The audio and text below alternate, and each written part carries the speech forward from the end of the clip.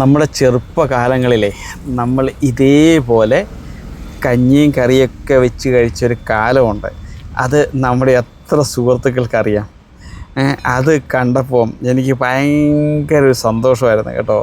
കാരണം ചെറിയ കുഞ്ഞു മക്കളിരുന്ന് കഞ്ഞിയും കറിയൊക്കെ ആക്കി വെച്ചേക്കുന്നു.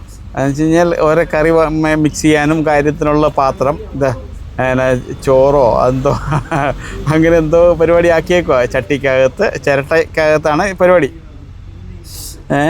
അങ്ങനെ കറികളും കാര്യങ്ങളും ചോറും എല്ലാം ആക്കിയിട്ടുണ്ടെന്നാണ് പിള്ളേർ പറഞ്ഞ്.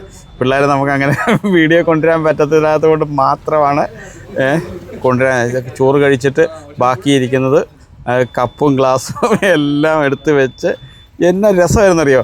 അന്ന് നമ്മൾ ചെറുപ്പത്തിൽ ഇങ്ങനെയൊക്കെ നമ്മൾ എന്ത് ചെയ്തിട്ടുണ്ട്, ഭക്ഷണം ഉണ്ടാക്കി കഴിച്ചിട്ടുണ്ട്. അതുകൊണ്ട് അത് കണ്ടപ്പോൾ എനിക്കൊരു കൗതുകം. നിങ്ങളുടെ അഭിപ്രായങ്ങളും നിർദ്ദേശങ്ങളും കമൻറ്റായി രേഖപ്പെടുത്തുമല്ലോ.